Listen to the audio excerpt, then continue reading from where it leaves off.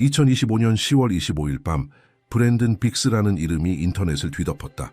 예고 없이 공개된 그의 새 영상은 긴박함과 신비로움이 묻어 있었다. 제목에는 단 한 줄만 적혀 있었다. 내가 본 것은 무시할 수 없다. 몇 시간 만에 수백만 명이 그 방송을 시청했고 충격에 휩싸인 채 그것이 신의 계시인지 혹은 곧 일어날 일에 대한 경고인지 이해하려 애썼다. 세밀한 예언과 영적 메시지로 알려진 브랜든은 그날만큼은 달라 보였다. 단호한 눈빛, 굳은 표정, 말을 꺼내기 전에 긴 침묵이 시청자들을 숨죽이게 했다. 그는 깊게 숨을 들이쉬고 떨리는 목소리로 지난밤의 꿈이 단순한 환상이 아니라 부름이었다고 말했다. 그가 말하는 동안 분위기는 무겁게 가라앉았다.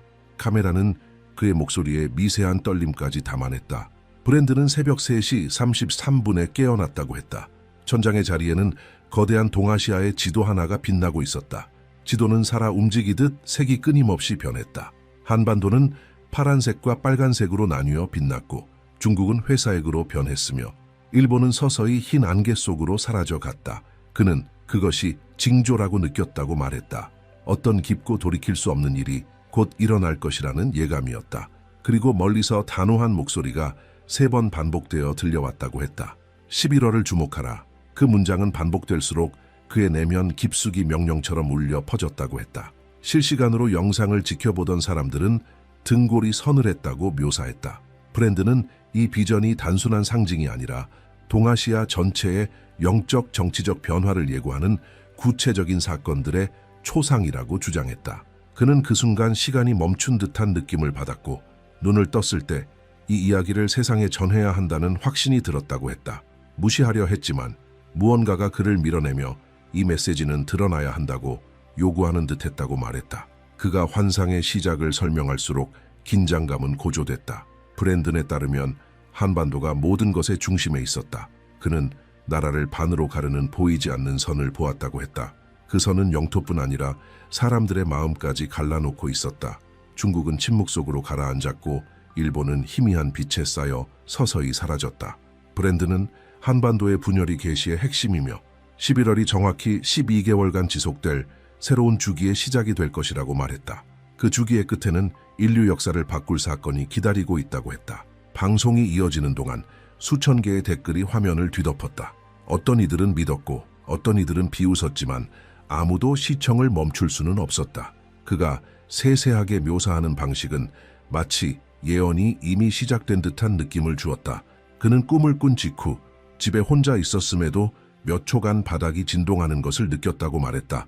이성적으로 설명하려 애썼지만 내면의 어떤 힘이 같은 명령을 반복했다고 한다. 11월 전에 알리라.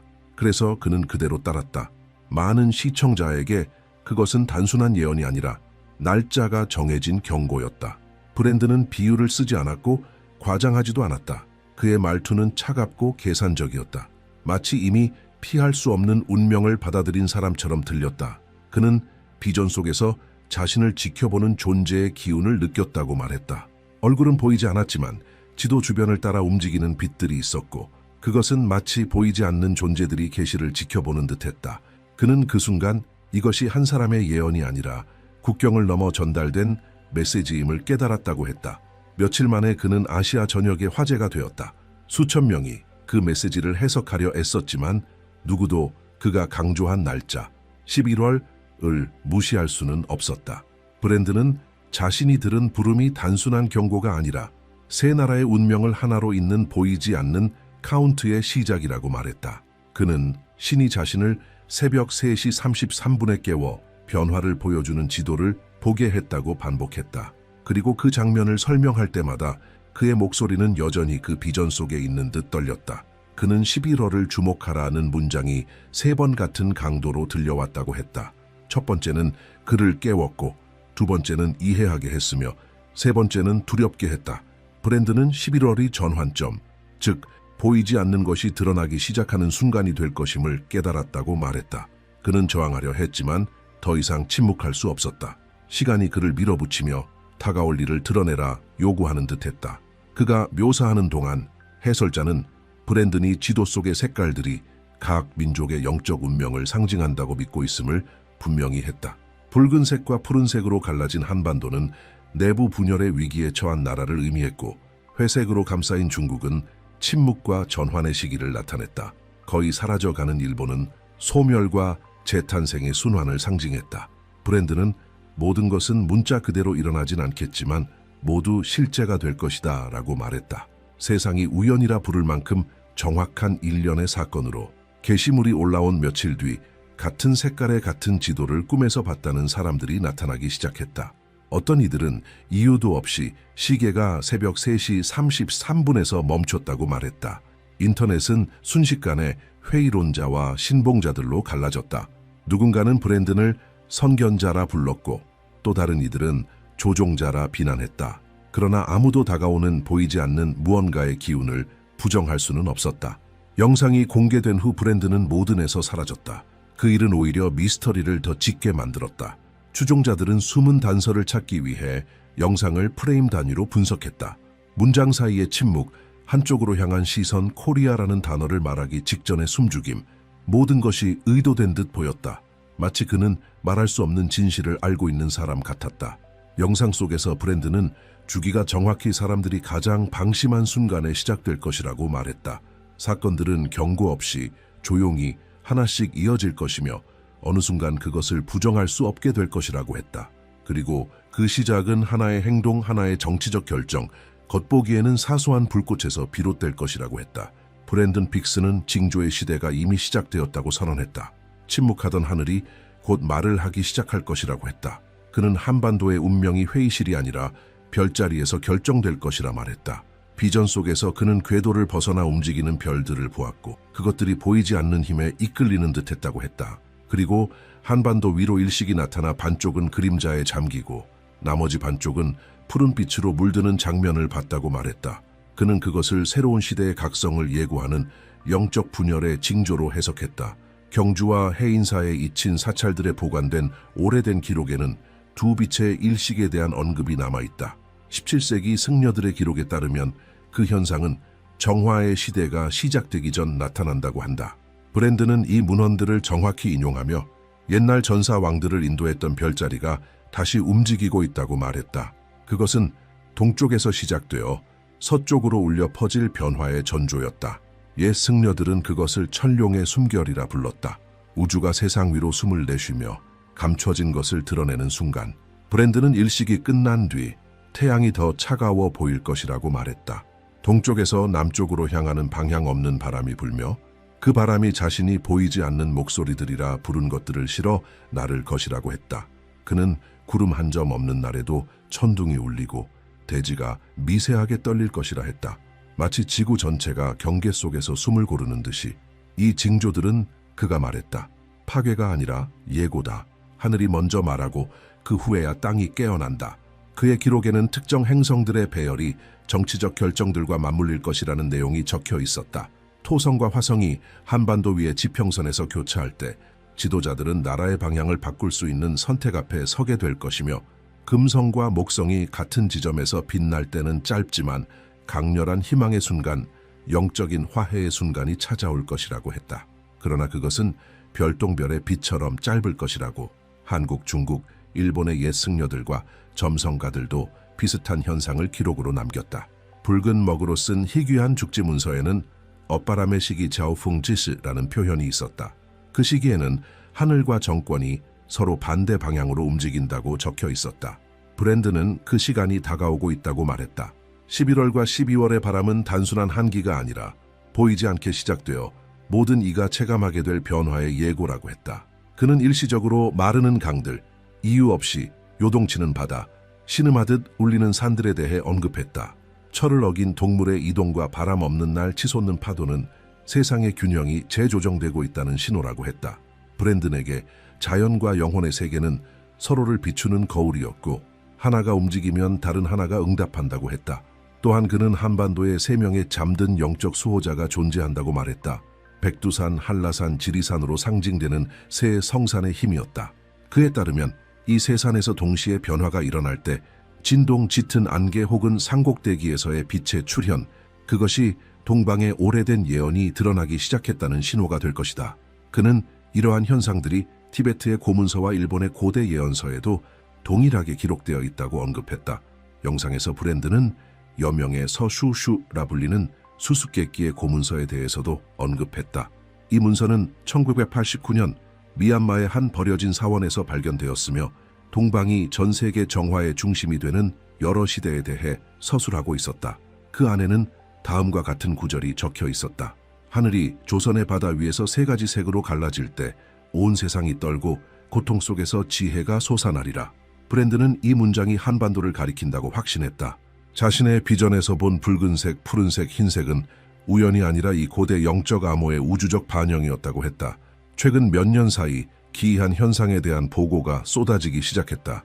독립기자들, 은둔 승려들, 그리고 점성술 연구자들은 설명할 수 없는 여러 징조를 목격했다. 황해 위로 지나가는 빗줄기, 원인을 알 수 없는 지하의 울림이 지진계에 기록되었고 고대의 징조를 연상케 하는 기상 이상들이 연달아 보고되었다. 브랜드는 이 모든 징조들을 결코 무시해서는 안 된다고 강조했다. 눈에 보이지 않는 것이 언제나 먼저 경고한다. 하늘은 언제나 먼저 외친다. 하지만 그의 계시는 한반도에 국한되지 않았다.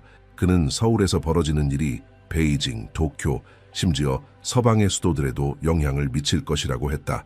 한반도의 운명이 전 세계 재편의 반가쇠가 될 것이라고 했다.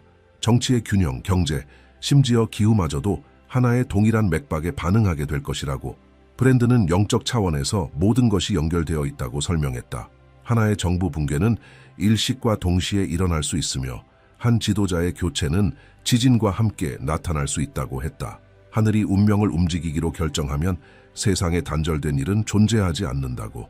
그는 세상이 곧 보이지 않는 경계선을 넘으려 하고 있다고 말했다. 공기, 소리, 빛이 낯선 방식으로 반응하기 시작할 것이며 그것은 자연이 균형이 흔들렸음을 알리려는 방식일 것이라고 경고했다. 그리고 다가오는 해가 바로 장막이 찢어지기 시작하는 시점이 될 것이며 그 첫 번째 숨결을 맞이할 곳이 한반도가 될 것이라고 했다. 그의 비전 속에서 한반도의 하늘은 자연스러운 것이 아닌 이질적인 오로라로 뒤덮여 있었다. 수평선 위에서 색들이 춤췄다. 강렬한 붉은빛, 깊은 푸른빛, 은빛을 띤 흰색. 그것은 단순한 빛이 아니라 그가 우주의 숨결이라 부른 현상의 징표였다. 브랜드는 이 빛들이 다시 한번 한반도 바다 위에 나타날 때 그것이 전 세계를 울리는 영적 진동의 전조가 될 것이라 말했다. 그것은 종말이 아닌 계시의 시작이었다. 브랜드는 북쪽에서 불어올 바람에 대해 말하곤 했다. 그 바람은 황금빛 먼지를 실어오고 오래된 성가생크와도 같은 소리를 담고 있을 것이라고 했다. 그는 그 바람이 잠든 기억들을 불러올 것이라 했으며 마치 땅 자체가 잊혔던 무언가를 떠올리는 듯한 감각일 것이라고 했다. 그리고 바람의 방향이 갑작스레 바뀌는 순간 그것이 영계가 인간의 길에 개입하려 한다는 신호라고 했다. 브랜드는 한국의 운명이 별들에도 그리고 고대의 문서인 연화비전 리엔화 미디엔에도 함께 기록되어 있다고 믿었다. 수세기 동안 승려들에 의해 비밀리에 보관되어 온 이 책은 한 민족이 영적으로 갈라진 후 빛으로 새롭게 태어나는 순환의 시대를 묘사하고 있었다. 그는 이 책에 기록된 한 구절을 인용했다. 호랑이는 일식 아래 잠들고 용은 번개 아래에서 깨어날 때 동방의 바다 위로 새로운 불꽃이 솟으리라. 이 문장은 그의 모든 예언 속에서 반복되었다. 브랜드는 호랑이를 한국 민족의 상징으로 보았다. 강인하고 충직하며 꿋꿋한 존재. 용은 아시아의 고대 영혼 속에 잠든 힘을 뜻했다. 그 두 존재가 함께 움직일 때 그것은 우주의 방향이 전환되는 징조였다.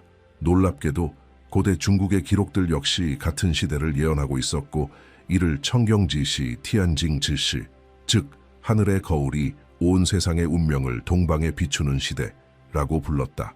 서방이 경제 위기와 기술 혼란에 집중하고 있을 때 브랜드는 진정한 변화의 진원지가 동방에 있다고 말했다. 그는 수백 년간 잠들어 있던 고대의 힘들이 깨어나고 있다고 했다. 이끼와 침묵에 덮인 채 잊힌 사원들 속에 숨겨진 비밀들이 이제 드러나기 시작한다고 했다. 실제로 백두산과 티베트의 사원들에서는 밤마다 땅에서 하늘로 솟구치는 빛기둥을 봤다는 승려들의 증언이 있었다. 일부는 그것을 지질학적 현상이라 해석했지만 브랜드는 그것이 포탈이며 하늘과 땅이 다시 정렬을 시도하는 신호라고 해석했다. 그가 마지막으로 남긴 방송 중 하나에서 그는 며칠간 말을 잃게 만들었던 꿈을 이야기했다.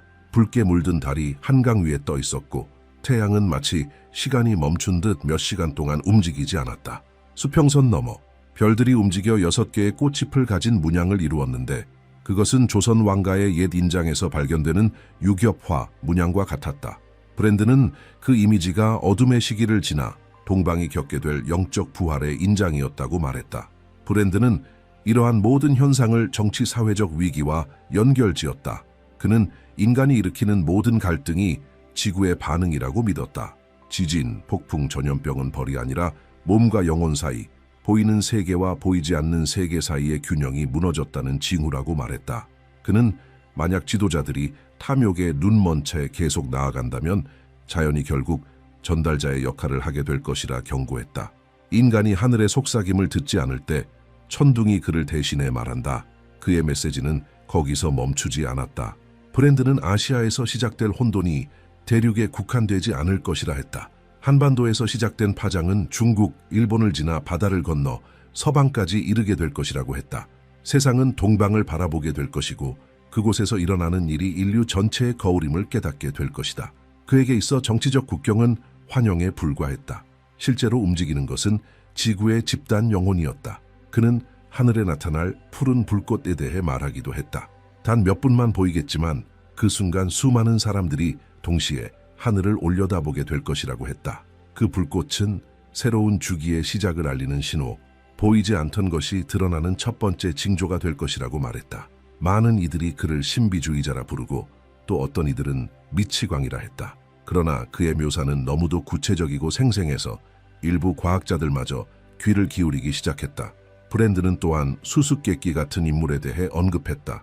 그는 한 독립기자가 등장할 것이며 잊혀진 문서들, 오래된 편지, 그리고 수세기 전 이와 같은 현상을 예언했던 승려들의 일기를 발견하게 될 것이라고 말했다. 이 기자는 과거와 현재를 잇는 고리, 세상이 진실을 들을 준비가 되었을 때 그것을 드러낼 운명을 가진 존재라고 했다. 브랜든 빅스는 진정한 충격은 아무도 예상하지 못한 곳에서 시작될 것이라 경고했다. 그의 말에 따르면 일본은 새로운 시대의 가장 고통스러운 거울이 될 것이다.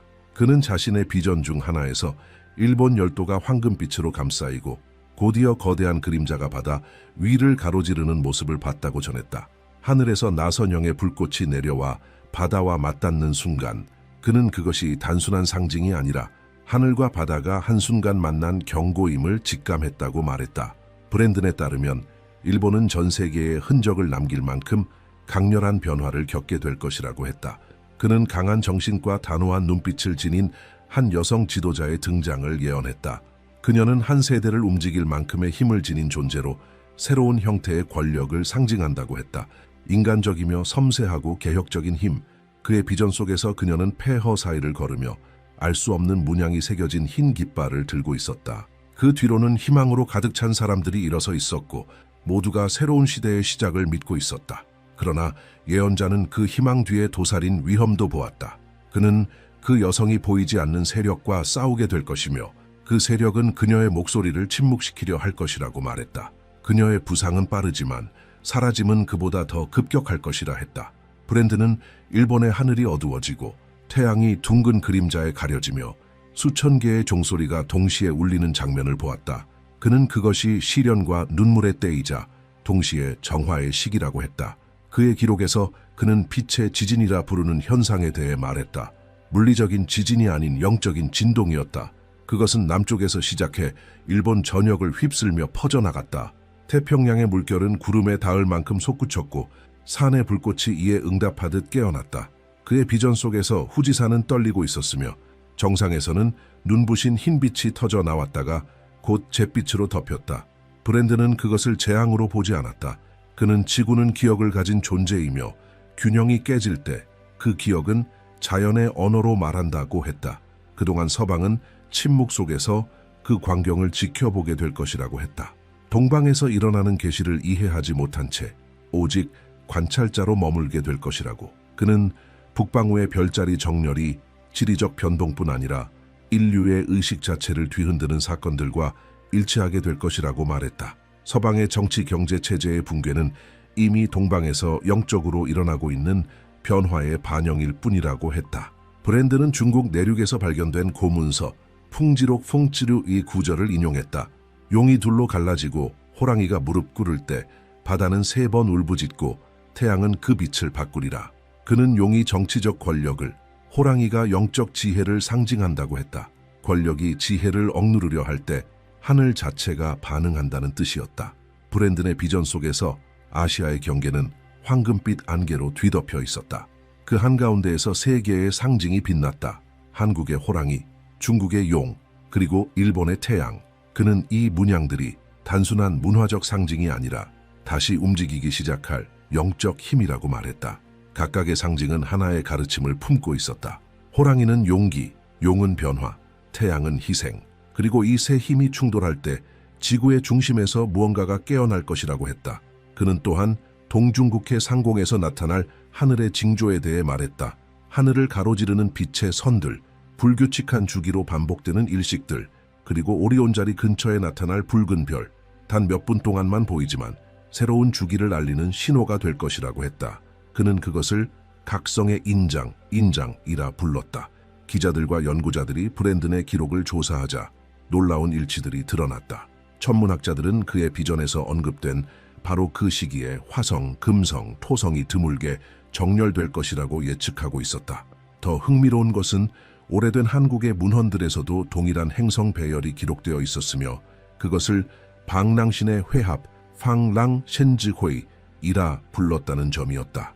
브랜든은 이 정렬이 바로 시대와 시대가 맞바뀌는 전환점이 될 것이라고 했다. 그는 전 세계가 동방을 바라보게 될 때가 온다고 말했다. 그것은 호기심 때문이 아니라 필요 때문일 것이라고 했다.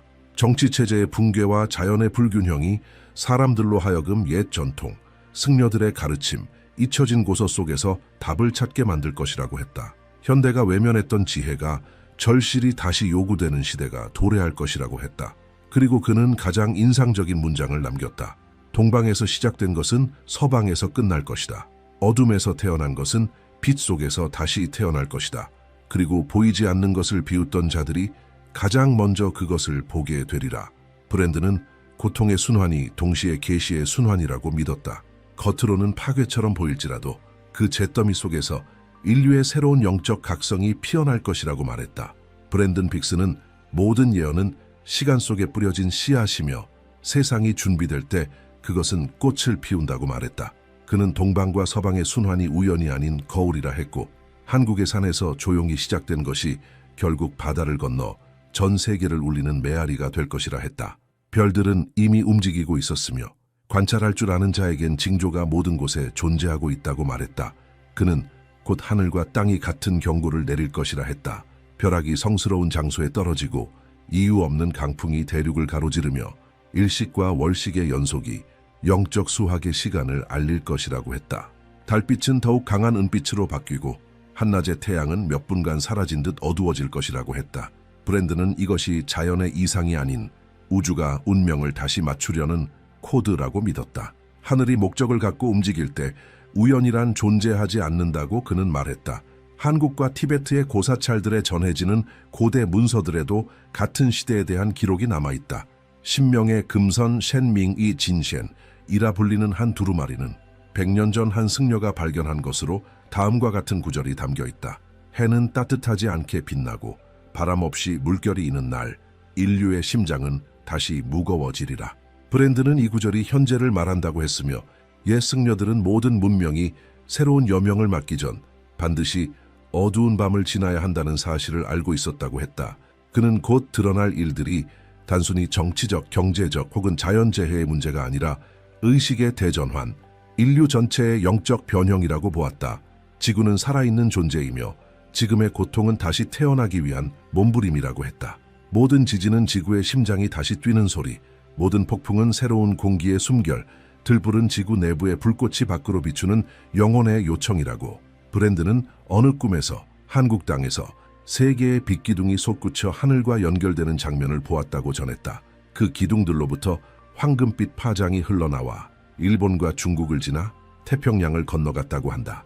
빛이 닿는 곳마다 사람들은 무릎을 꿇었고 그것은 두려움이 아닌 이해에서 비롯된 경배였다. 그는 이것이 새로운 조화의 시작이 될 징조라고 했다. 과학과 신앙, 자연이 하나로 연결되는 집단적 각성. 민족들의 힘은 더 이상 무기에서 나오지 않을 것이다. 그것은 영혼에서 나올 것이다. 그는 그 말을 반복했다. 브랜드는 또한 세상이 3번의 충격을 겪게 될 것이라고 말했다. 첫 번째는 육체의 충격, 지진, 가뭄, 화산 폭발 등 지구의 정화를 알리는 자연재해의 형태로 찾아올 것이고, 두 번째는 정신의 충격, 정치와 사회 구조의 붕괴로 지도자들이 자신의 오만 속에서 길을 잃는 시기, 그리고 세 번째는 가장 미묘하면서도 가장 강력한 충격, 영혼의 충격, 즉 수많은 이들이 바깥에서 찾던 모든 답이 결국 자기 안에 있다는 것을 깨닫는 집단적인 영적 각성의 순간이었다. 브랜드는 마지막 기록들에서 한 고서를 언급했다. 그것은 부산 인근의 산속 동굴에서 발견된 책으로 이름은 회색 하늘의 유언 우이 티엔츠 이슈이었다.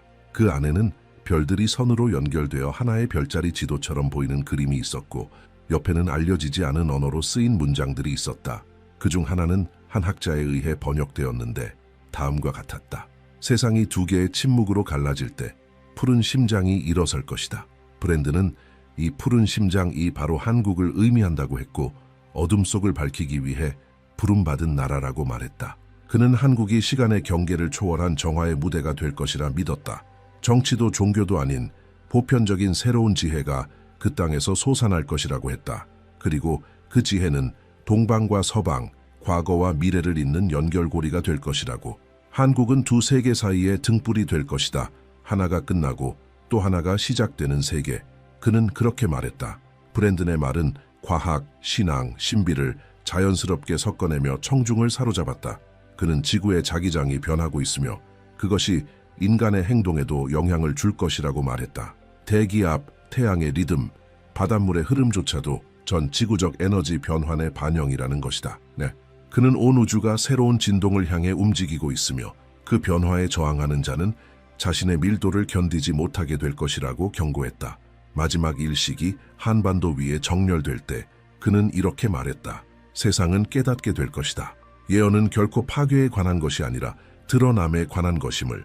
그는 인간이 혼돈이라 부르는 것은 사실 새로운 것의 탄생이며 모든 그림자는 빛을 위한 준비라고 했다. 그리고 바람, 흔들림, 불꽃이 지나간 뒤 마침내 찾아올 것이다. 새로운 황금빛 여명, 그것이 인류의 영적 부활을 알리는 신호가 될 것이다. 브랜드는 마지막 방송을 평온한 목소리로 마무리하며 카메라를 똑바로 응시했다. 그는 징조는 이미 던져졌으며 이제는 각자가 어떻게 이 순환을 지나갈지를 선택해야 할 때라고 말했다. 희망은 정부나 종교로부터 주어지는 것이 아니라 듣기를 선택한 각자의 마음속에서 깨어날 것이라고 했다. 그리고 동방, 그 중에서도 한국이 재 속에서 다시 태어나는 힘을 전 세계에 처음으로 보여줄 나라가 될 것이라고 말했다. 그의 마지막 말은 수백만 명의 기억에 남았다. 하늘은 위협하지 않는다. 경고할 뿐이다. 땅은 벌하지 않는다. 깨어나게 할 뿐이다. 그리고 인간이 두려움에서 시선을 돌릴 때 비로소 미래가 손짓하고 있음을 보게 되리라. 화면이 어두워졌고 조용히 한 문장이 남았다.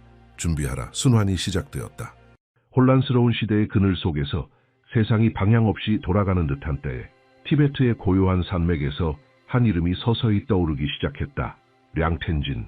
겨우 12살의 소년이지만 그의 존재는 이미 아시아 전역의 승려들과 학자들, 그리고 호기심 많은 이들 사이에서 메아리치고 있었다.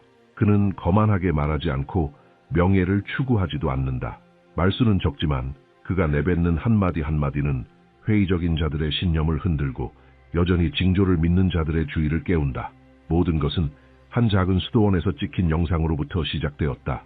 멀리서 들려오는 종소리, 산의 찬바람을 가르는 소리, 그리고 고요한 눈빛의 아이가 갑자기 이렇게 말한다. 한국은 곧 그 역사상 가장 결정적인 시기를 맞이하게 될 것입니다.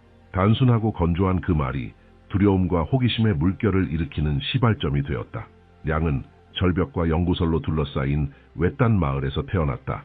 어머니의 말에 따르면 그가 태어나던 순간 바람이 멈추었고 가까운 사원의 종이 누가 건드리지도 않았는데 울리기 시작했다고 한다. 현지 승려들은 그것이 오래된 영혼이 되돌아왔다는 신호라고 믿었다. 그 후 소녀는 만트라와 기도 속에서 자라며 세상을 침묵 속에 바라보았다. 5살 때부터 그는 어른들조차 두려워할 만큼 생생한 꿈을 이야기하기 시작했다. 가본 적 없는 곳, 배운 적 없는 언어로 우는 사람들을 보았다고 했다. 몇 달 후 다른 지역에서 실제로 일어날 산사태를 세세하게 묘사했을 때 승려들은 그것이 단순한 상상이 아님을 깨달았다. 현지 기자들이 인터뷰를 시도했지만 수도원 측은 접근을 제한했다. 그들은 량이 정말로 중요한 일이 일어나기 직전에만 말을 한다고 전했다. 그리고 바로 그 드문 순간 중 하나에서 량이 처음으로 한국을 언급했다. 아무도 그 이유를 이해하지 못했다. 그는 한국에 대해 배운 적도 한국인과 접촉한 적도 없었다.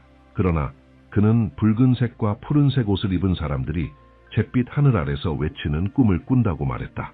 승려들에 따르면 그는 한국어 문자와 비슷한 상징을 그리기 시작했고 기도할 때마다 동쪽을 향했다고 한다. 어느 날 한 중국 기자가 짧은 인터뷰를 촬영하는 데 성공했다. 량은 오래된 부처상 앞에 앉아 누렇게 빛바랜 천 조각을 손에 들고 있었다. 그리고 이렇게 말했다. 동쪽에서 바람이 불어올 것입니다. 그것은 전쟁을 가져오지 않지만 평화도 가져오지 않습니다.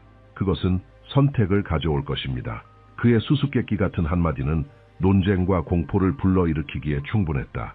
세상 꼭대기에서 고립된 차에 살아가는 한 아이의 말이 정치인들과 종교인, 그리고 분석가들 사이에서 빠르게 퍼져나가기 시작했다. 전문가들은 과학적으로 설명하려 했다. 그들은 그가 단지 예민한 아이일 뿐이며 아마도 수도원의 이야기들의 영향을 받았을 것이라고 말했다. 그러나 그를 부정하려 하면 할수록 더 많은 세부적인 증거들이 드러났다. 한 승려는 량이 밤중에 트랜스 상태로 깨어나 종이 조각에 연결되지 않은 문장들을 적었다고 전했다. 그 문장들 속에는 언제나 낙하, 바람, 북쪽의 빛, 어두운 물 같은 단어들이 등장했다. 어떤 이들은 그가 암호로 말한다고 믿었고 또 어떤 이들은 그것이 변혁의 시대를 예언하는 고대 티베트 경전에 등장하는 상징이라고 여겼다. 시간이 흐르면서 량은 말을 줄이고 글을 더 많이 쓰기 시작했다. 그의 시선은 멀리 닿지 않는 어딘가를 응시하는 듯 했으며 마치 다른 사람들이 볼 수 없는 것을 보고 있는 듯 했다. 그리고 그를 중국 밖에서도 알려지게 만든 계시가 찾아왔다. 승려들과 통역자가 함께한 명상 중에 소녀는 단호한 목소리로 이렇게 말했다. 황금새가 떨어질 것이다. 산이 흔들릴 것이다. 깃발들이 갈라질 것이다. 그 말 한마디는 조용한 공포를 불러일으키기에 충분했다. 얼마 지나지 않아 한 승려가 그 예언을 좀 더 명확히 풀이했다. 량은 남쪽의 한 나라에서 큰 정치적 불안이 일어날 것을 예언한 것이며 많은 이들이 그 나라가 한국일 것이라 믿었다. 중국 정부는 이 사건에 대해 침묵을 지키고 있지만 현지 소식통들은 연구자들이 소년을 조사하기 위해 수도원으로 파견되었다고 전한다. 그 사이 수천 명의 사람들이 그의 예언을 SNS에서 공유하기 시작했다. 티베트 소년의 평온한 얼굴은 누구도 설명할 수 없는 어떤 것의 상징이 되었다. 어떤 사람은 그를 환생이라 부르고 어떤 이는 예언자라 부르며 또 어떤 이는 다가올 어려운 시대의 전령으로 여겼다. 량텐지는 기도 소리와 산의 냉기 속에서 침묵 속에 자라났다. 다른 아이들이 계곡을 뛰놀 때 그는 하늘을 바라보는 것을 더 좋아했다. 그는 중요한 일이 일어나기 전에는 구름의 모양이 변한다고 말했다. 어머니는 그것이 단순한 상상이라고 생각했지만 승려들은 그것이 평범하지 않다는 것을 알고 있었다. 6살 때 그는 가본 적 없는 곳들에 대해 이야기하기 시작했다. 빛으로 뒤덮인 도시들과 높은 건물로 둘러싸인 바다를 언급했다. 남중국에서 대화제가 일어날 것이라 말했고 그 예언은 몇 달 후 실제로 일어났다. 그때 원로들은 깨닫기 시작했다. 그들은 비범한 무언가를 마주하고 있다는 사실을 깨달았다. 노르부라는 이름의 노승은 소년이 말하는 모든 말을 기록하기로 결심했다. 그는 매일 량을 따라다니며 꿈 몸짓 잠결에 내뱉는 말들까지 꼼꼼히 적어두었다. 량은 미래를 마치 창문 너머로 들여다보듯 본다고 말했다. 하지만 그 장면들은 낯선 소리, 냄새, 목소리들과 섞여 있었다. 그는 날짜를 말하지 않고 오직 느낌으로만 전했다. 그가 처음으로 이 지역을 덮칠 대규모 자연재해를 묘사했고 그것이 모두 사실로 드러나자 수도원 전체는 그를 시간의 전령자로 보기 시작했다. 세월이 흐르며 량은 점점 변해갔다. 더욱 내성적으로 바뀌었고 명상에 긴 시간을 들이며 거의 음식을 먹지 않았다. 어느 날 만트라를 외우던 중 그는 트랜스 상태에 빠졌고 아무도 이해할 수 없는 말을 내뱉었다. 나중에 그것이 번역되자 다음과 같은 문장이 드러났다. 남쪽의 나라는 빛을 찾기 전에 갈라질 것이다. 통역사는 그 의미를 물었지만 량은 대답하지 않았다. 그는 단지 깃발이 반으로 찢어지고 사람들이 하늘을 올려다보며 도움을 청하는 장면을 보았다고 말했다. 그날 이후 그는 그림을 더욱 자주 그리기 시작했다. 수치로 천 위에 그린 그의 그림에는 사원과 산의 구조를 연상케 하는 기하학적 문양들이 많았다. 승려들은 그중 일부가 한반도의 지형과 매우 유사하다는 사실을 발견했다. 마치 그는 무의식적으로 아직 일어나지 않은 무언가의 경로를 기록하려는 듯했다. 가장 놀라운 순간은 그가 고대 티베트어로 설악이라는 단어를 적었을 때였다. 이는 그가 알 리 없는 한국의 산 이름이었다. 그 사이 중국 과학자들이 수도원에 도착했다. 각종 검사를 시행하고 과학적 설명을 시도했다. 그러나 어떤 검사에서도 이상은 발견되지 않았다. 소녀는 신체적으로도 정신적으로도 모두 건강했다. 하지만 그의 눈빛은 늘 먼 곳을 바라보았고 마치 아무도 듣지 못하는 무언가를 듣고 있는 듯했다. 드문 인터뷰 중 한 번 그는 조용히 이렇게 말했다. 산의 바람은 폭풍 전의 속삭입니다. 저는 단지 들은 말을 반복할 뿐이에요. 그로부터 얼마 지나지 않아 량은 모두를 불안하게 만드는 비전을 묘사했다. 그는 황금빛 독수리가 계곡 위를 날고 있었으나 한쪽 날개가 다쳐 제대로 날 수 없었다고 말했다. 독수리는 날아오르려 했지만 결국 추락했고 그가 떨어진 자리의 땅이 갈라지며 거대한 소리가 퍼졌다고 했다. 그 의미를 묻자 량은 독수리가 매우 높은 자를 상징하며 그 지도자가 힘을 잃고 교체될 것이라고 답했다. 그는 또한 이 추락이 동아시아 전역을 흔들 일련의 사건들의 시작이 될 것이라고 덧붙였다. 소식은 빠르게 퍼져나갔다. 국제 언론들은 티베트 소년의 이름을 인용하기 시작했다. 어떤 이들은 그를 히말라야의 새로운 예언자라 불렀고 또 어떤 이들은 단순한 민간 신화라고 일축했다.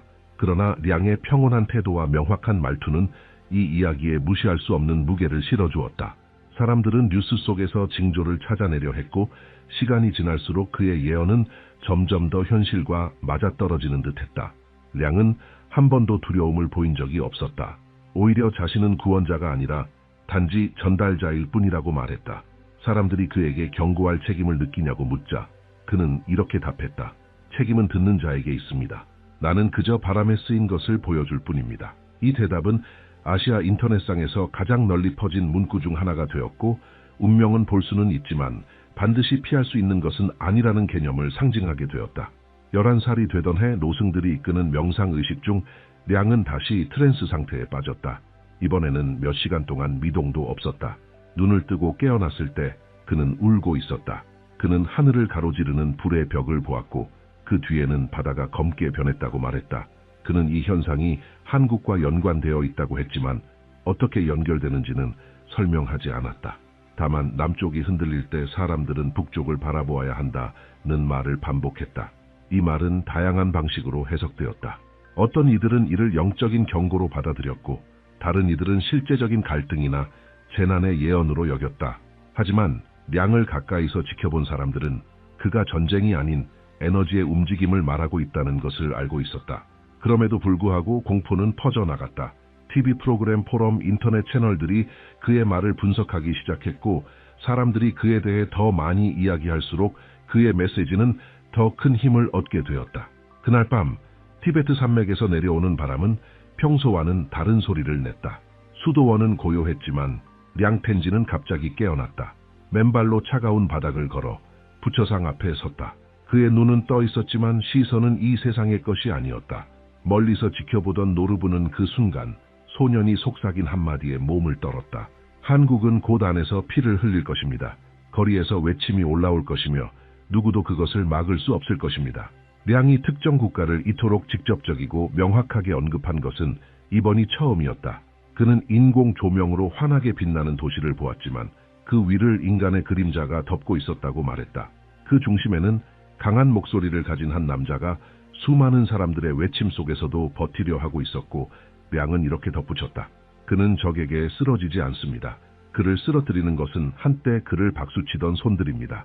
말은 분명했고 흔들림이 없었다. 소녀는 권력이 그 주인에게서 강제로 떼어질 것이며 그 몰락이 집단적인 상처를 남길 것이라고 말했다. 승려들은 서로를 바라보았지만 누구도 말하지 않았다. 량은 계속 말했다. 그는 한국의 하늘이 이상해질 것이라고 했다. 태양은 누런 안개에 가려지고 거리에서는 두 가지 색이 불과 얼음처럼 충돌할 것이라 했다. 그는 나라가 스스로의 심장을 갈라놓을 것이며 정치적인 상처가 영적인 상처로 번질 것이라고 했다. 한국은 거울을 들여다보겠지만 그 속에 있는 자신을 알아보지 못할 것입니다. 다음 날 아침, 량은 자신이 했던 말을 모두 기억하진 못했다. 다만 자신이 한 말을 기록하고 기도해달라고만 부탁했다. 그러나 시간이 지날수록 그의 환신은 더 강렬해졌다. 그는 사람들의 물결이 달리고 찢어진 깃발이 흩날리며 건물들이 흔들리는 모습을 본다고 했다. 나는 무언가 부서지는 소리를 듣습니다. 유리가 아니라 신뢰가 부서지는 소리입니다. 그는 위기가 외부에서 오는 것이 아니라 내부에서부터 일어날 것이라고 말했다. 그 나라가 스스로의 선택으로 인해 흔들릴 것이라고 했다. 어느 날 밤, 량은 재로 바닥에 글을 썼다. 봄이 오기 전 왕좌는 무너질 것이다. 황금 독수리는 힘을 잃을 것이다. 그리고 고개를 들어 이렇게 덧붙였다. 그것이 무너진 후 잠깐의 침묵이 찾아올 것입니다. 그러나 곧 까마귀들이 남은 것을 차지하려 싸울 것입니다. 이 말들은 수도원 안을 전율처럼 퍼져나갔다. 량에게 있어 황금 독수리는 권력의 상징이었다. 몰락하게 될 권력자, 그가 불러올 분노와 혼란의 상징이었다. 량은 또 이렇게 말했다. 그 몰락 이후 한국은 3일의 어둠을 겪게 될 것이다. 그것은 문자 그대로의 어둠이 아닌 완전한 혼돈의 시기였다. 도시의 불빛은 꺼지지 않겠지만 사람들은 그 빛 속에서 희망을 보지 못할 것입니다. 그는 나라가 상반된 목소리들에 뒤덮이게 될 것이라 했고 지도자들끼리 서로 등을 돌릴 것이라고 했다. 그들은 큰 소리로 외치겠지만 아무도 들으려 하지 않을 것입니다. 온 나라가 출구 없는 복도에 갇히게 될 것입니다. 소녀는 감정을 담지 않고 말했으며 그 냉정함은 경험 많은 승려들조차도 두렵게 만들었다. 그러던 중 그는 마지막으로 말했다. 나는 바다가 색을 바꾸는 것을 봅니다. 파도는 거품을 싣고 오는 것이 아니라 어두운 무언가를 싣고 온다. 그것이 일어나면 세상은 한국이 첫 번째 경계를 넘었다는 것을 알게 될 것이다. 아무도 그가 자연재해, 경제위기, 전쟁 중 어떤 것을 말하는지 알 수 없었지만 그의 목소리의 어조는 그것이 파괴적인 사건이 될 것임을 분명히 하고 있었다. 수도원에 머물던 외국인 기자 한 명이 그의 말 중 일부를 영상으로 기록하는 데 성공했다. 영상에서 량은 시선을 고정한 채 깊게 숨을 들이쉬며 말했다. 사이렌 소리가 기도 소리와 섞일 때 한국의 심장은 시험받을 것이다. 두려움이 있을 것이지만 그 두려움 속에서 하나의 결정이 태어날 것이다. 그리고 그 결정은 수백만 명의 운명을 바꿀 것이다. 이 영상은 몇 시간 만에 전 세계로 퍼졌다. 또 다른 날 모두가 잠든 사이 량은 노르부를 불러 종이를 요청했다. 그는 아무 말 없이 무언가를 쓰고 나서 그 종이를 건네며 말했다. 이 일이 일어나면 나를 더 이상 찾지 마세요. 종이에는 이렇게 적혀 있었다. 한국은 분열의 바람과 정화의 불을 지나게 될 것이다. 그 후 새로운 새벽이 북쪽에서 태어날 것이다. 승려들은 충격을 받았다. 그것은 량이 처음으로 북쪽을 희망의 근원으로 언급한 순간이었다. 이유를 묻자 그는 단지 이렇게 대답했다. 북쪽은 재회의 열쇠를 쥐고 있다. 하지만 그것이 열리기 전 땅은 흔들리고 강은 길을 바꿀 것이다. 그 밤 이후 량은 병이 들었다. 며칠간 말을 하지 않았고 음식을 거부했다. 그는 환시가 주는 에너지가 자신을 소모시키고 있다고 말했지만 멈출 수는 없다고 했다. 시간이 문을 밀고 있어요. 문이 닫히기 전에 나는 알려야 해요. 그가 잠들기 직전 노르부가 기록한 마지막 말은 다음과 같았다. 동쪽에서 종이 울릴 것이나 메아리는 남쪽에서 울릴 것이다. 그 일이 일어나면 감춰졌던 모든 것이 드러날 것이다. 수도원은 긴장에 휩싸였다. 예언 하나하나가 점점 현실과 겹쳐지기 시작했고 세계는 마치 그가 말한 대로 움직이는 듯 보였다. 량텐진, 아무도 이해하지 못했던 소녀는 이제 누구도 무시할 수 없는 존재가 되었다. 그는 한국을 세계의 미래를 비추는 거울이라고 말했다. 그 나라는 스스로의 그림자를 마주한 뒤에야 다시 태어날 수 있을 것이라고 했다. 한국의 눈물은 헛되지 않을 것입니다. 그는 깊은 명상에 들어가기 직전 이렇게 말했다. 이 고통에서 세상이 반드시 보아야 할 무언가가 태어날 것입니다. 하지만 빛이 오기 전에는 흔들림이 올 것입니다. 그리고 아무도 그것을 맞이할 준비가 되어 있지 않을 것입니다. 다음 날들 동안 수도원은 침묵과 긴장으로 가득했다. 량텐지는 거의 말을 하지 않았지만 입을 열 때마다 그 말은 마치 눈 속을 가르는 천둥처럼 울려 퍼졌다. 그는 보이지 않는 무언가가 한반도 위에서 움직이기 시작했다고 말했다. 바람이 아닙니다. 그가 중얼거렸다. 곧 떨어질 것의 무게입니다. 노르브는 한마디도 놓치지 않기 위해 모든 말을 기록했다. 소녀는 점점 멀어지는 듯 보였고 마치 두 세계 사이를 살고 있는 듯했다. 어느 날 아침 명상 중 량은 갑자기 일어섰다. 그의 눈은 고정되어 있었고 목소리는 다른 곳에서 들려오는 것처럼 들렸다. 그는 말했다. 풍요의 시대는 끝났습니다. 공기는 무거워질 것이고 금은 종이가 될 것이며 종이는 바람에 흩날릴 것입니다. 승려들은 서로를 바라보았다. 그는 아무도 해석할 수 없는 무언가를 묘사하고 있었지만 상징은 너무도 명확했다. 돈이 날아가고 부가 가치를 잃는 모습. 곧이어 해석이 따라붙었다. 이는 치명적인 금융위기를 암시하고 있었다. 량은 한국 국민들이 아침에 눈을 뜨고 하루아침에 모든 가치가 사라졌음을 깨닫는 장면을 보았다고 말했다. 화면에는 숫자들이 떨어지고 목소리들은 침착하라고 말하겠지만 사람들의 가슴은 타오를 것입니다. 그는 젊은이들이 닫힌 문 앞에서 우는 모습을 보았고 가족들이 화려한 진열장에 불빛을 버리고 절망의 침묵 속으로 들어가는 장면을 보았다고 했다.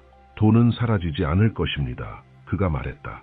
하지만 눈에 보이지 않게 될 겁니다. 손가락 사이로 빠져나가는 모래처럼요. 그 다음 환시는 더욱 어두웠다. 량은 높은 건물들이 천천히 기울어지며 기반을 잃어가는 장면을 보았다고 전했다. 창문은 깨지고 불빛은 계속 깜빡였다.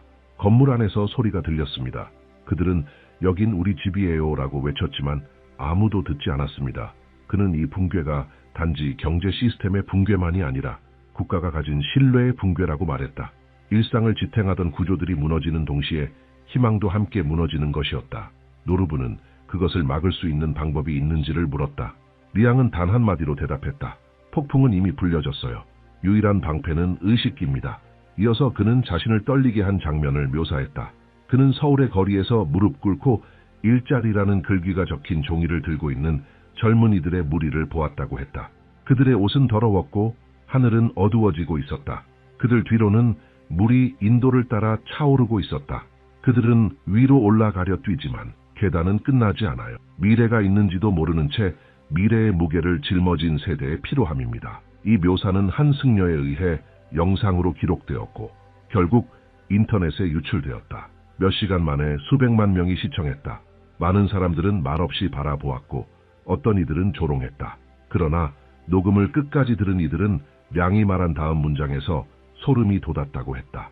젊은이들이 거리에서 울고 노인들이 그들을 위로하지 못할 때 두 번째 물결이 시작될 것입니다. 수도원의 분위기는 변했다. 추위는 더욱 날카로워졌다. 량은 음식을 거부했다. 그는 매 끼니가 자신을 더 땅에 묻고 환시로부터 멀어지게 만든다고 말했다. 그는 두 번째 붕괴는 빠르게, 예상치 못하게, 그리고 파괴적으로 찾아올 것이라고 했다. 불에서 오지 않을 것입니다. 숨결에서 올 겁니다. 깨진 약속들을 실은 숨결이죠. 노르브는 그것을 금융 붕괴의 신호로 해석했지만 소녀는 그것만은 아니라고 했다. 그는 이번 위기가 너무도 깊어져 한국의 정신 자체를 약화시킬 것이라고 말했다. 사람들은 모든 것에 대한 믿음을 잃게 될 것입니다. 지도자에게도, 사찰에도, 자기 자신에게도. 하지만 바로 그 부자의 속에서 새로운 것이 태어날 것입니다. 같은 주에 량은 8시간 넘게 트랜스 상태에 빠졌다. 깨어난 뒤 그는 물을 청했고 이렇게 말했다. 한국은 목소리들로 나뉠 것입니다. 각 목소리는 자신이 옳다고 외칠 것이고 아무도 듣지 않을 것입니다. 그리고 배고픔이 찾아올 때 그것은 빵이 아닌 방향을 향한 갈망일 것입니다. 노르브는 아무 대답도 하지 못한 채 그를 바라보았다. 소녀는 단순한 경제 붕괴를 넘어 도덕적이고 영적인 붕괴까지 예견하는 듯했다. 그 시기의 마지막 환시에서 량은 달없는 서울의 밤을 묘사했다. 바람은 낙엽과 찢어진 지폐를 텅 빈 도로 위로 날리고 있었다. 사람들의 얼굴은 지쳐 있고 창문은 모두 닫혀 있습니다. 하지만 멀리서 소리가 들립니다. 마치 슬픈 음악처럼요. 그것은 새로운 시작을 기다리는 민족의 소리입니다. 그 시작이 이미 시작되었음을 모른 채로 그의 말은 수도원 안을 경고처럼 퍼져나갔다. 량텐지는 두 번째 물결을 드러낸 것이다. 돈과 영혼의 붕괴. 그는 더 이상 눈에 보이는 전쟁을 말하지 않았다. 조용히 무너져가는 것들을 이야기했다. 그는 한국 민족이 스스로의 시스템이라는 거울을 마주하게 될 것이며 오직 자비만이 그들을 구원할 수 있을 것이라 말했다. 외부의 적이 나라를 무너뜨리는 것이 아닙니다.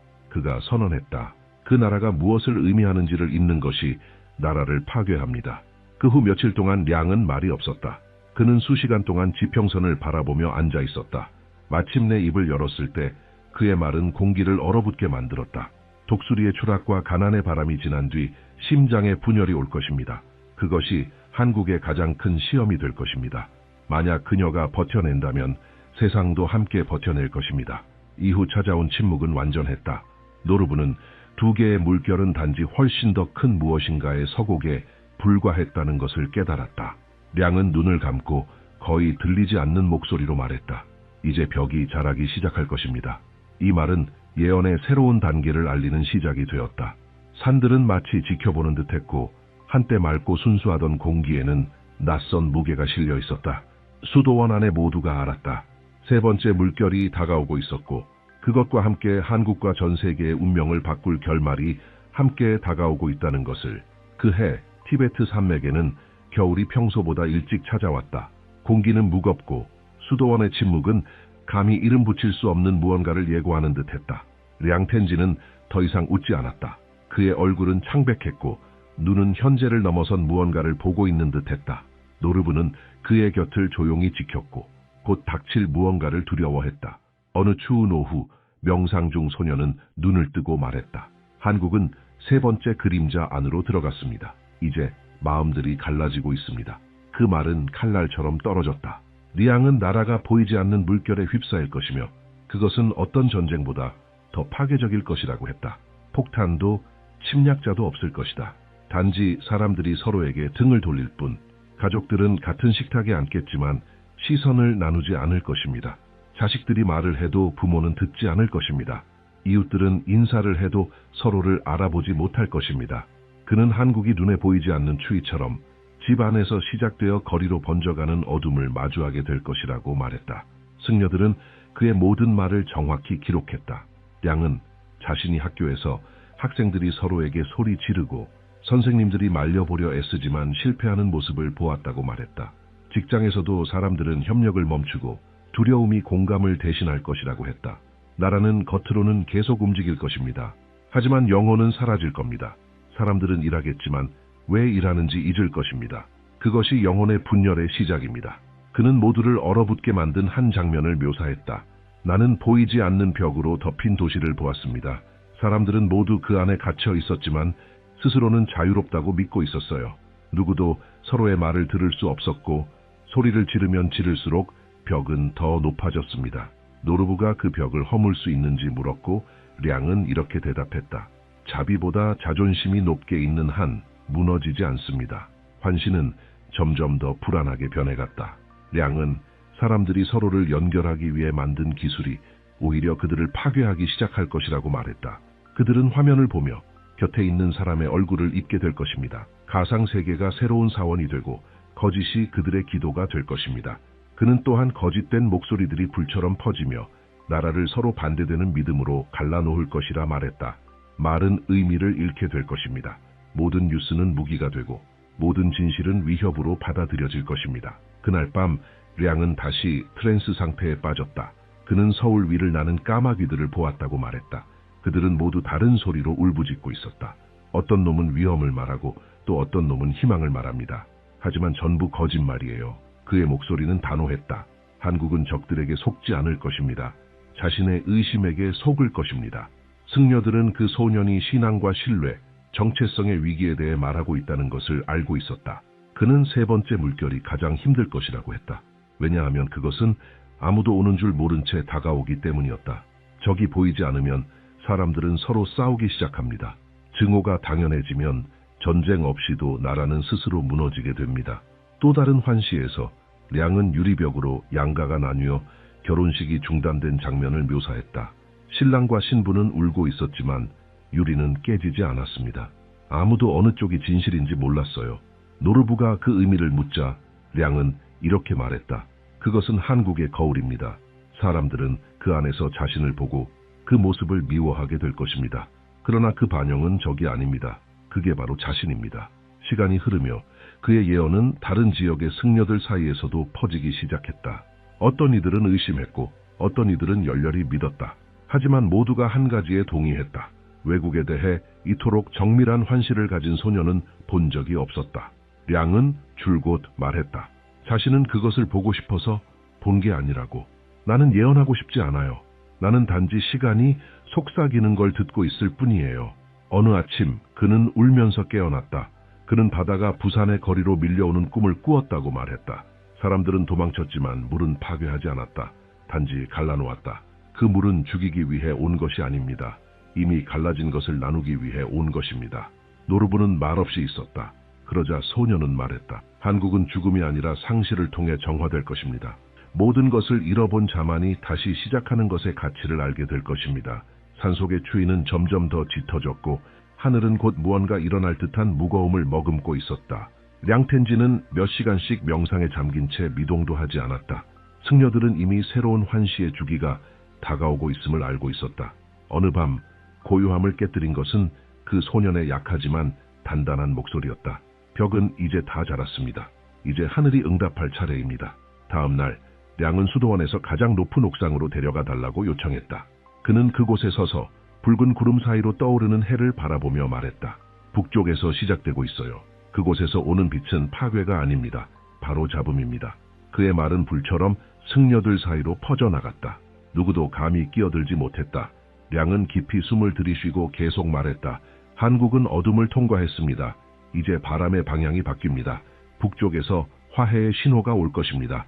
그는 한반도의 하늘에 나타난 외로운 별 하나를 묘사했다. 그것은 다른 어떤 별보다도 밝게 빛났고 그 빛이 도시와 마을을 비추며 퍼져나갔다고 했다. 그 빛 아래에서 사람들은 서로에게 다가가기 시작했다. 닫혀있던 손이 열립니다. 적이 형제로 다시 보입니다. 울던 이들이 노래하기 시작합니다. 량은 고요하게 말했지만 그의 말은 강렬한 울림을 지니고 있었다. 승려들은 그 순간 깊은 무언가가 드러나고 있다는 것을 느꼈다. 소녀는 그 별이 단순한 천체가 아니라 집단적 각성의 상징이라고 설명했다. 북과 남은 이제 두려움 없이 서로를 바라볼 것입니다. 시간이 남긴 상처를 서로 치유하게 될 것입니다. 그는 경계선이 점점 무의미해질 것이라 말했고 세상은 이해하지 못한 채 한 민족의 재탄생을 지켜보게 될 것이라 했다. 한국은 세상에 보여줄 것입니다. 용서가 자존심을 이길 때 어떤 일이 일어나는지를. 그는 눈을 감고 조용히 울기 시작했다. 노르부가 그 이유를 물었고 량은 이렇게 대답했다. 한국의 고통은 필요했기 때문입니다. 그 고통을 통해서만 세상은 연합의 가치를 이해하게 될 것입니다. 그는 한국의 젊은이들이 잃어버린 것을 무기로가 아니라 자비로 다시 세우는 모습을 보았다고 말했다. 절과 교회가 공포가 아닌 희망으로 가득 찬 모습을 보았다고도 했다. 사람들은 다시 믿게 될 것입니다. 정부가 아닌 자기 자신을. 량은 강들이 다시 맑게 흐를 것이고 도시들이 재건되며 경제가 새로운 에너지로 부활할 것이라 말했다. 돈은 돌아올 것입니다. 그러나 이번에는 분열을 위해서가 아니라 지탱을 위해 쓰일 것입니다. 승려들은 각 문장을 기록하며 지금 이 순간이 수도원 역사상 가장 강렬한 예언들의 마지막이라는 걸 알고 있었다. 소녀는 한국이 새로운 시대의 균형점이 될 것이라고 말했다. 북쪽의 별이 빛날 때 다른 나라들이 그것을 바라보게 될 것입니다. 변화는 거기서 시작되지만 전 세계로 퍼질 것입니다. 그는 덧붙였다. 한국은 인류의 거울이 될 것입니다. 자비를 선택하면 지구는 새로운 평화의 순환을 맞이할 것입니다. 복수를 선택하면 같은 순환이 반복될 것입니다. 량의 말은 판결처럼 울려 퍼졌다. 승려들이 그를 애워쌌지만 그는 몹시 지쳐 보였다. 그는 자신의 사명이 끝나가고 있다고 말했다. 내가 말해야 할 것은 모두 말했습니다. 이제 시간의 차례입니다. 그는 무릎을 꿇고 두 손을 모은 채 속삭였다. 한국은 살아남을 것입니다. 그러나 세상이 그녀의 말을 들어야 합니다. 며칠 뒤 그는 말을 완전히 멈췄다. 대신 짧은 문장들을 쓰기만 했고 마치 미래를 위한 암호를 새기는 듯했다. 그중 하나에는 이렇게 적혀 있었다. 북쪽은 빛을, 남쪽은 마음을 가져온다. 둘이 함께 걸을 때 새로운 새벽이 올 것이다. 또 다른 문장은 이러했다. 울었던 민족이 다른 이들에게 미소 짓는 법을 가르치게 될 것이다. 노르부는 모든 기록을 간직했고 수도원 일지에 마지막 글을 남겼다. 량텐지는 미래를 보여준 것이 두렵게 하려는 것이 아니었다. 깨우기 위함이었다. 그는 파괴를 말한 것이 아니라 전환을 말했다. 그에 따르면 한국은 끝이 아니라 더 큰 무언가의 시작이었다. 그 주간 강력한 폭풍이 티베트를 덮쳤다. 량이 태어났던 그날 밤처럼 수도원의 종이 저절로 울렸다. 바람이 멈췄을 때 소녀는 조용히 누워 있었고 얼굴에는 작은 미소가 떠올라 있었다. 더 이상 두려움도 고통도 없었다. 오직 평온함만이 남아 있었다. 노르부는 그가 자신의 사명을 다 마쳤다고 믿었다. 며칠 뒤 전 세계에 하나의 소식이 퍼졌다. 한반도 상공의 밤하늘에서 희귀한 별이 관측된 것이다. 그 빛은 여러 밤 동안 이어졌고 천문학자들은 그 이유를 설명하지 못했다. 그러나 수도원의 승려들에게는 그것이 신호였다. 량의 말이 단순한 꿈이 아닌 분명한 경고였다는 확증이었다. 그의 예언이 담긴 영상들은 대륙 전역을 계속 떠돌았다. 지금도 많은 이들이 그것을 연구하며 숨겨진 의미를 해석하려 하고 있다. 어떤 이들은 그가 말한 3가지 물결이 이미 시작되었다고 믿고 어떤 이들은 아직 오지 않았다고 말한다. 하지만 그의 말이 지닌 놀라운 정확성을 부정하는 이는 없다. 세상을 떠나기 전 량은 하나의 음성 메시지를 남겼다. 그의 차분한 목소리는 마치 다른 시간에서 들려오는 것 같았다. 고통을 두려워하지 마세요. 어둠은 끝이 아니라 길입니다. 한국은 세상의 희망의 대가와 아름다움을 보여줄 등불이 될 것입니다. 그리고 새로운 새벽이 올 때 모두 알게 될 것입니다. 이 모든 것이 결코 우연이 아니었음을. 수도원은 그의 마지막 말을 나무 상자에 보관하고 있다. 그 위에 노르부는 단 한 줄만을 남겼다. 그 소녀는 미래를 보았고 빛을 믿었다.